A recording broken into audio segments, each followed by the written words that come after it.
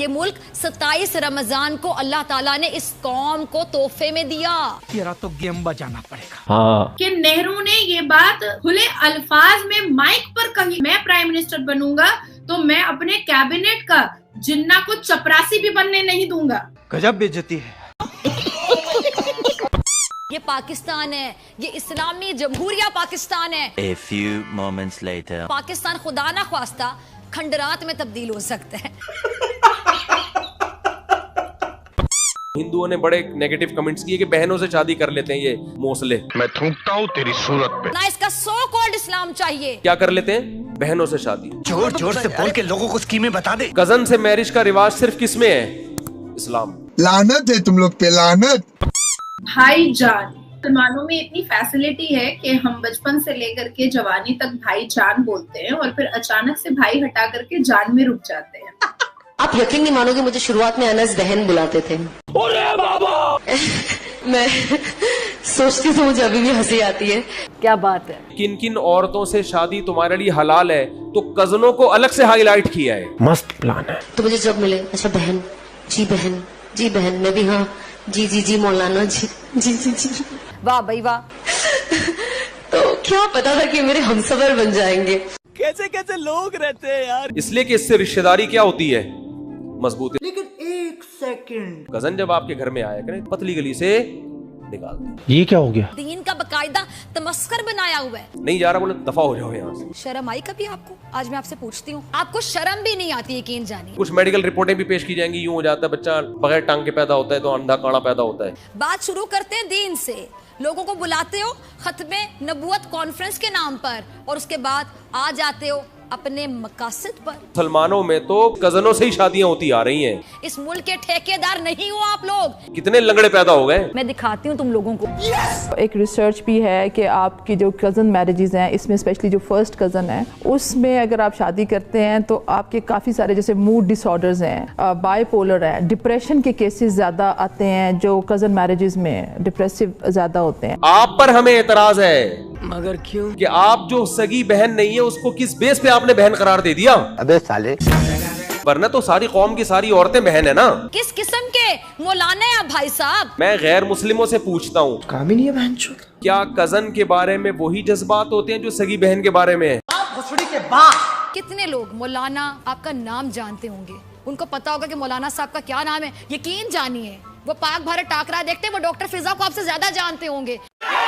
इसे over confidence ना समझिएगा। फिर भी कोई इस हुक्म पर अमल नहीं करता। तुम हो कौन भाई साहब? सगी बहन के बारे में इंसान के जज्बात वो बनते ही नहीं है। आप इतने नाकाम हो चुके हैं मौलाना कि अब आपके पास सिवाय मजहब के कार्ड के और कुछ भी नहीं बचा। कोई बहुत ही बेशरम हो तो एक अलग बात है, फितरत से हटा हुआ। आज आप मुझे बताएं कि आप किसके एजेंडे पर काम करें। सगी बहन से कभी इश्क नहीं होता, कजनों से इश्क तो वाकयात की दास्तानें भरी हुई हैं। जाहिल। आप लोग सिर्फ एक कजन मैरिज पर अटके हुए हैं। यहाँ अश्लीलता की हद नहीं है, यहाँ अश्लीलता की हदें पार की गई हैं। तंबू भी लगा सकते हो। कितने वाकयात है कजन पे आशिक हो गया, कजन कजन पे। मैंने लास्ट टाइम भी आपसे कहा था कि जिस दिन नाज़िया इलाही खान का जुबान खुल गया ना, उस दिन मैं धज्जियां उड़ा दूंगी। और कजन कह रहा है मैं शादी वादी नहीं करूंगा। ठीक है ना, वो भी बस चस्के ले रहा है। आप तो मदरसे के जो मासूम बच्चे हैं उनके पीछे छुप रहे होते हैं लिटरली।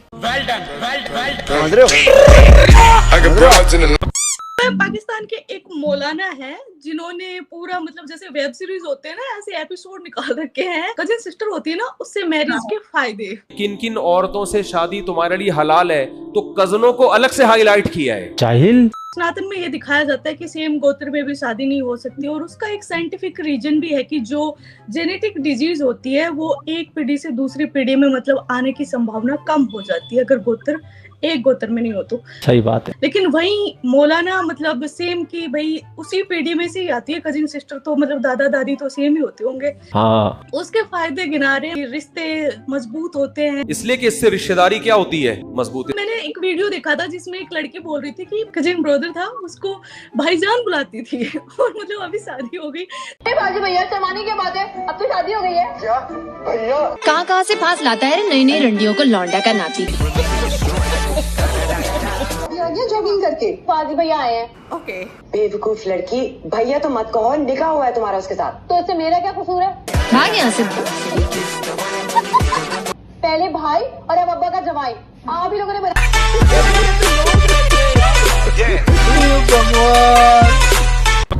तो मेरे मतलब दिमाग में ये ख्याल था कि भाई इनको फीलिंग कैसे आती होगी। भाई हमारा कल्चर नहीं है, हमारा मजहब है और इस्लाम दीन फितरत है। लेकिन मौलाना ने तो ये बोला है कि जो गैर मुस्लिम है ना वो अपने कजिन को भाई बहन कैसे मान लेते हैं। आप पर हमें एतराज है कि आप जो सगी बहन नहीं है उसको किस बेस पे आपने बहन करार दे दिया। समझ में नहीं आया, उन्होंने तो मेरे ऊपर ही सवाल उठा दिया कि भाई आप कैसे भाई बहन बन जाते हो। मतलब बचपन से हम साथ खेलते हैं, राखी बांधते हैं, पवित्र रिश्ता होता है, उसके ऊपर बोल रहे कैसे फील आती है। भाई बहन के लिए फील थोड़ी आती है। ऐसे तो हम सब्जी वाले को बोलते थे भैया, दूध वाले को भी भैया बोलते, लेकिन मुझे मौलाना का पता नहीं क्या जोर है। भाईजान, तो हम मुसलमानों में इतनी फैसिलिटी है कि हम बचपन से लेकर के जवानी तक भाईजान बोलते हैं और फिर अचानक से भाई हटा करके जान में रुक जाते हैं। ठीक है, हम भैया को सैया बनाने में सिर्फ 3 मिनट का समय लेते हैं। कबूल है, कबूल है, कबूल है। 3 सेकंड शायद लगा, 3 सेकंड का समय लेते हैं और वो भैया सैया में कन्वर्ट हो जाता है। बहुत बुरा फील होता है, बहुत बुरा है। और मैं तो कहूंगी कि मेरे खानदान का ये बहुत खूबसूरत रीत रिवाज है कि दूर दूर के भाइयों से भी किसी बेटियों की शादी नहीं होती है और आज तक हुई भी नहीं है और होगी भी नहीं, क्योंकि हमारा कंसेप्ट बिल्कुल क्लियर है कि नहीं, ऐसा नहीं करना है। लेकिन जिसको हम बचपन से भैया बोलते हैं उसको फिर अचानक से उसके सामने कपड़े खोलो और फिर अपने आप को परोस दो, दिस इज क्वाइट एब्नॉक्शियस। मैं ये नहीं कहूंगी कि बहुत मजाकिया चीज है, ये बहुत नागवार चीज है, क्योंकि हम जिसको बचपन से भाई बोल रहे हैं और भाई जो है वो पिता स्वरूप होता है, भाई जो है वो गार्जियन स्वरूप होता है, और अगर भाई छोटा होता है तो वो अपनी औलाद स्वरूप होता है। भाई बहन जब तक बड़े होते हैं वो पिता और गार्जियन स्वरूप होते हैं, भाई बहन जब छोटे होते हैं तो वो अपनी औलाद स्वरूप होते हैं। जैसे मेरी एक छोटी बहन है जो मेरे से 9 साल की छोटी है, उसने MBA किया हुआ है और PhD की है।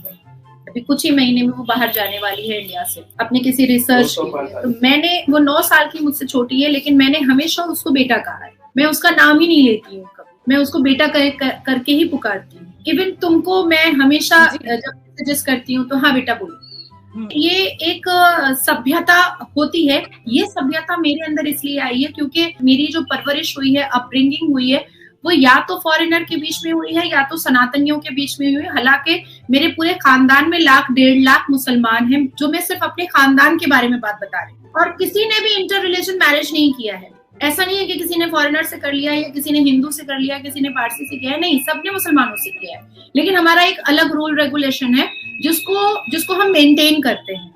हम अश्लीलता को एक्सेप्ट नहीं करना चाहते। आप तो सिर्फ भाई पर अटकी हैं किट्टू।